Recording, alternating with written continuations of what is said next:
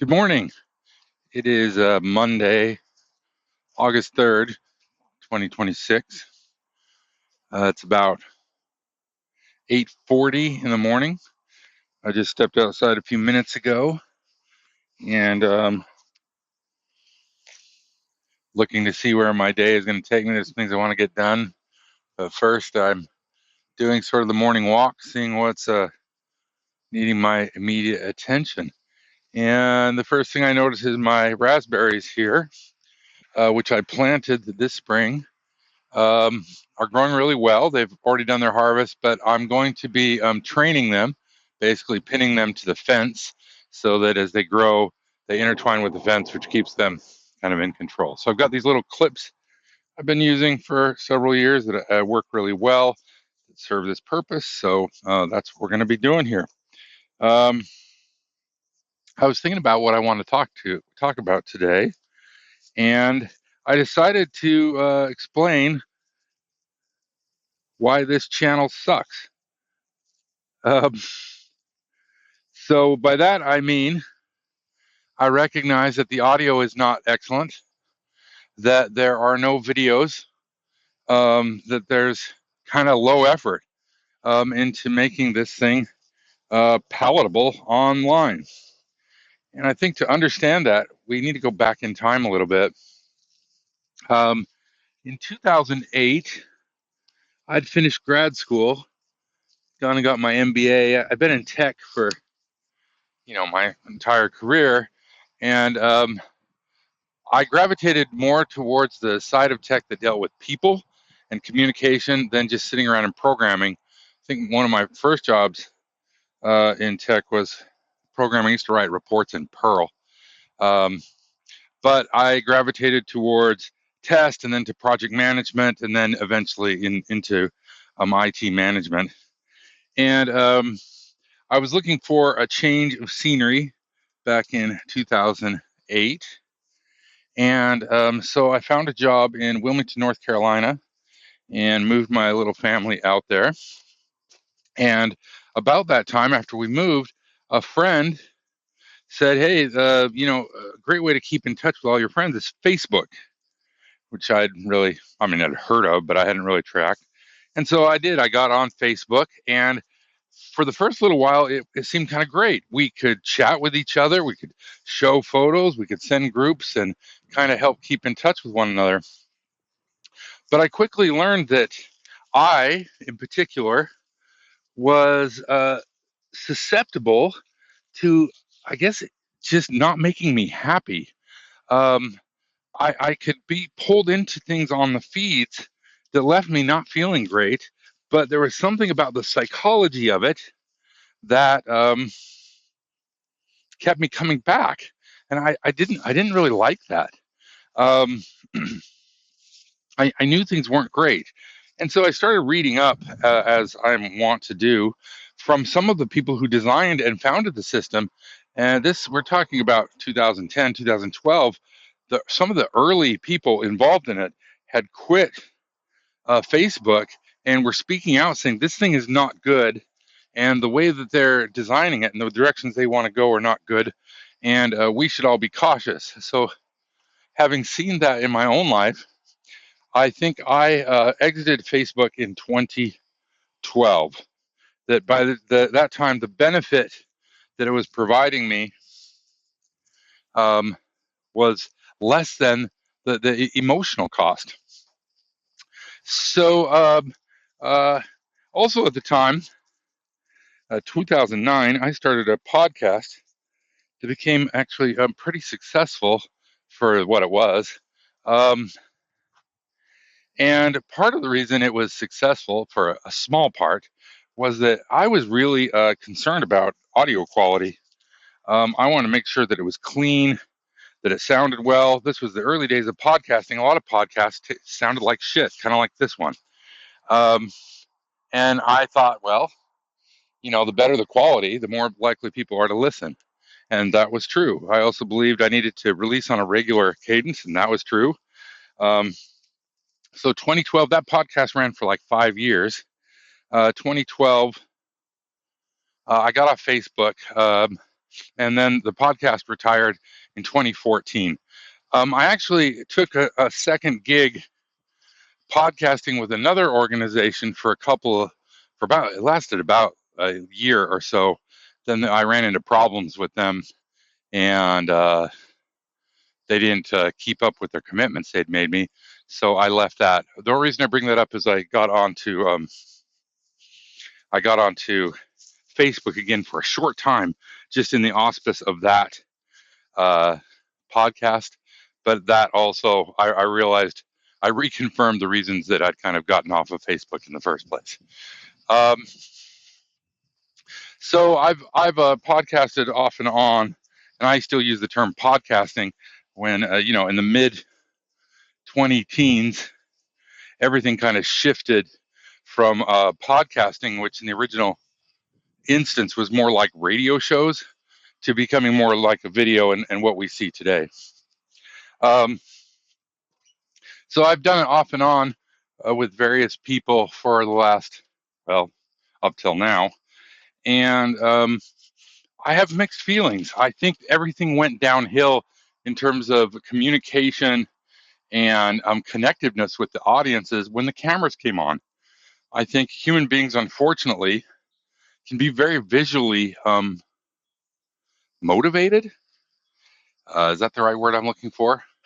And when the cameras are on, I think the dialogue, the discourse online generally became more superficial and less about substance. I think radio provides a more sort of intimate and direct way of communicating.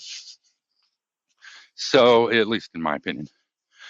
So I think the quality of discourse went down. When I first started out here, because I had podcasting experience, I began to I started a little podcast on this channel. In fact, I think I did about 10 or 12 episodes. And oftentimes they were me sitting in front of a camera talking. Okay, so I finished pinning up or training the raspberries. Again, I get them attached to the fence. These raspberries here, when I first got here, I planted this row of raspberries. Let's see, 4, 8, 12, 16, 20, 24, 28. It's about 32, 35 feet of raspberries. And I've got 4 or 5 foot posts in the ground. It looks like maybe 4 foot posts. And I've used chicken wire this time. Now, where they are right now, I'm looking at them, and I'll take a picture of them so you can see what I'm seeing. They were on the ground, but I was running into problems with the roots of these, and they slowly died off. So I built a berm here. I raised them up to get their roots out of the wet in the winter, and then redid the fencing, replanted the raspberries. I planted them this spring, and they've been doing fantastic. So it's a lesson in, if at first you don't succeed, don't give up. Try to figure out what you did wrong and redo it. Okay, so that leads us up to around about today-ish. I got some feedback from folks who enjoyed the podcast I was doing before and who are following me on this little farm, and they expressed some disappointment that the channel went away. Unfortunately, when you shut down a YouTube channel, there's no real way to put a notice out there saying, hey, I'm good, everything's cool, I just moved on to other things. So I found out there are people who are generally concerned that something terrible had happened. Unfortunately, that's not the case. But here I am back again. Now, I think social media and its environments and the companies that control it and our quest for advertising revenue and that sort of stuff has done damage to our culture in very significant ways that I think are becoming obvious to everybody. No one knows exactly what, when, or why, but I think it's pretty clear that there are problems. So, I've got some wire that protects the trees, and I've got one of my little pawpaw trees here, and the wire's down. It doesn't look like it's been nibbled. That's good. But we'll get you back on there. Okay, so right now I am in the orchard just checking things out, and I'm slowly watering the trees. I use a hose with a manual timer and a little tiny sprinkler head. Now, my trees in this orchard all have protection from the deer. They'll nibble away at my trees if I let them. Um, so I take this little timer, turn it to about 45 minutes, and I do this every couple weeks on these trees, especially now that they're kind of young. When the trees get more mature, they probably won't need to be watered like this at all, because their tap roots and their roots will go down deep enough that they'll pull moisture. We want that to happen when you first plant a tree. The first 2 or 3 years, it's a little titchy because they compete with the grass. All right, I'm looking. I've got a problem with moles or voles, and I wasn't sure which one. And the reason it's important to know the difference is because you treat for them two entirely different ways. But one of the ways you tell is one of them, when it digs the hole, will put the dirt. Um, it'll come out around the hole, if that makes sense. So there's equal dirt everywhere around the hole. So they'll push the dirt out. The other pushes dirt out to one side. Sometimes it's hard to tell because you'll see a little mound of dirt that shows that they've been tunneling down underneath, and then the hole actually collapses in so you can't see. The reason I'm telling you this right now is I'm looking at two holes where the dirt is out to the side. Now, I'll confess to you, I remember that moles do it one way and voles do it the other way, but I don't remember which one's which. So when I get back into the house, I'll have to look up to see what I have, and that'll help me treat for whatever is going on. Okay, so we were talking about podcasting and broadcasting and all that kind of stuff. I was giving you some of the history. So I don't think social media is good, and I don't think the control of our communications turned over to these mega corporations that have shown that they are not working in the interest of humanity. They're not working in the interest of teenagers, of children, of adults, because I see that this stuff is hard. Even getting on YouTube for the things I use it for, it's very easy for them to suck me into videos.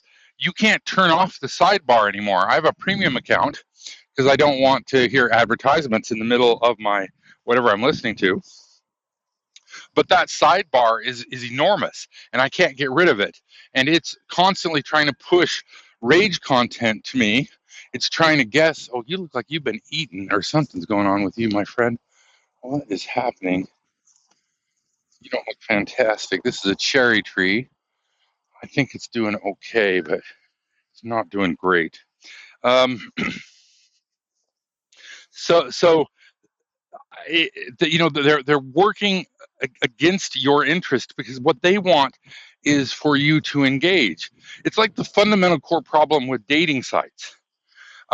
Their monetary model goes away if they're successful. Like if they match you with somebody who you form a relationship with, then they no longer have you.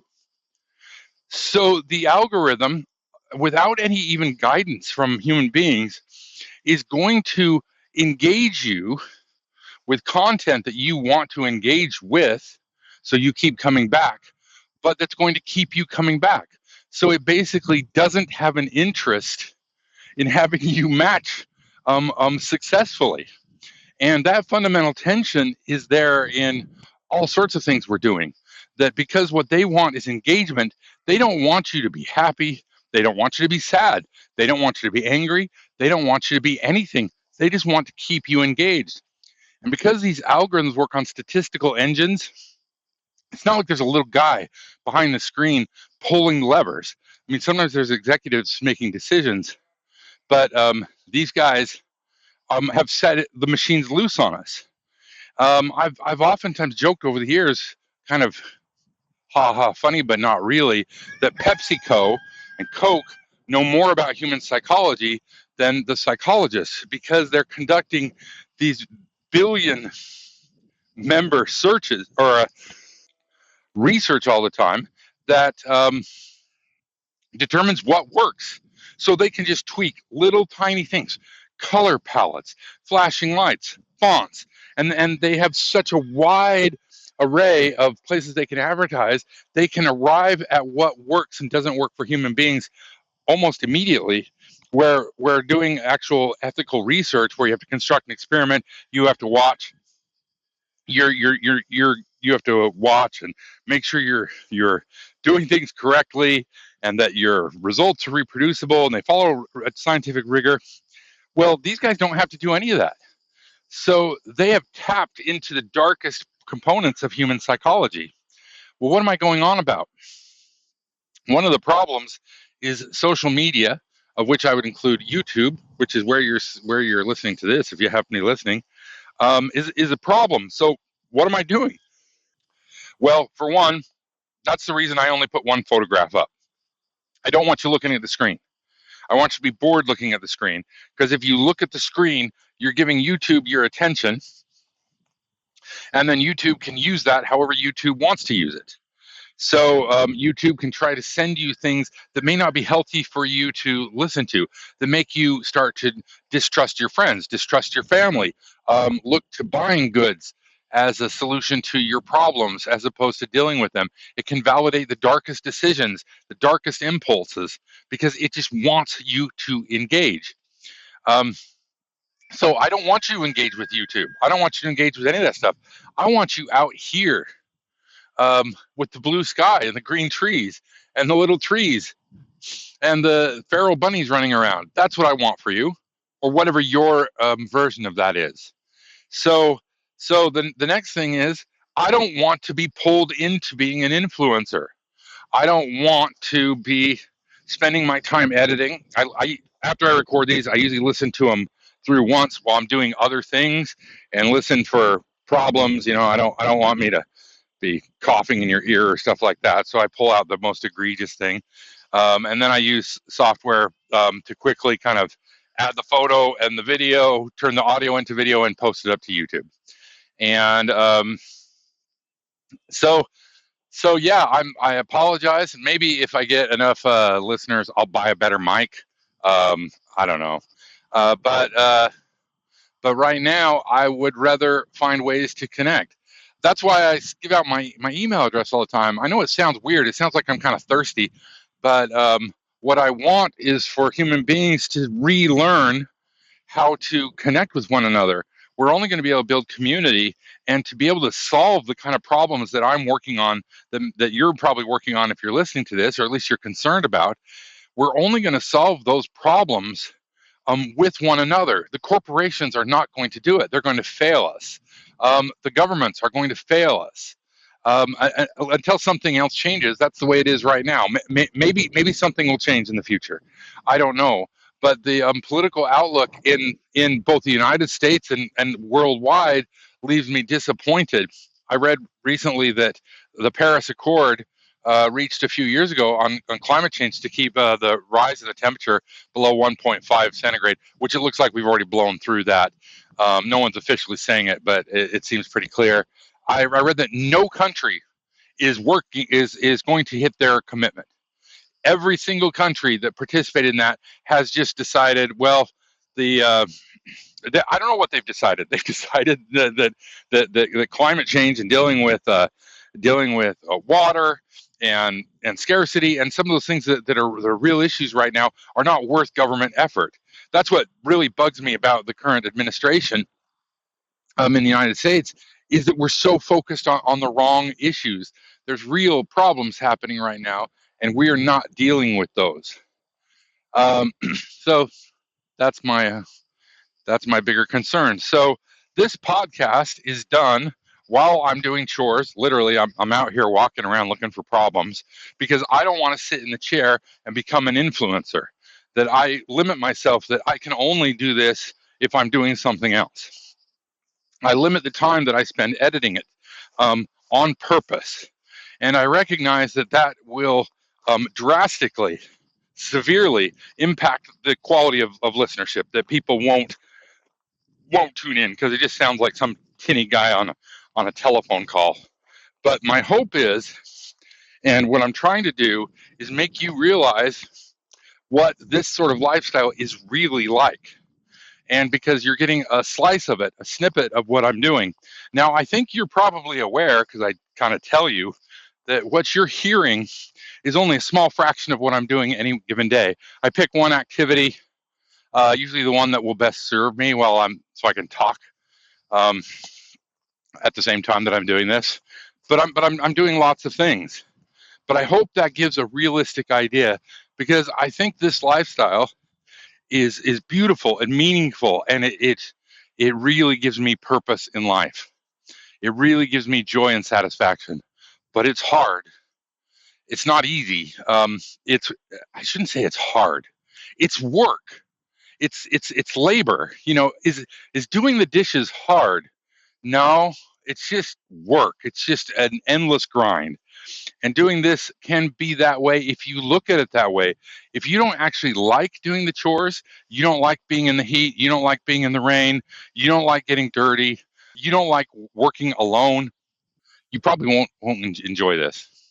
All right. Well, I just wanted to give that explanation as to why the why the podcast or the video or whatever the hell this is sucks. I know it does, and it's kind of that way on purpose. And I'd love to hear more of your feedback. So again, you can send me your audio clips.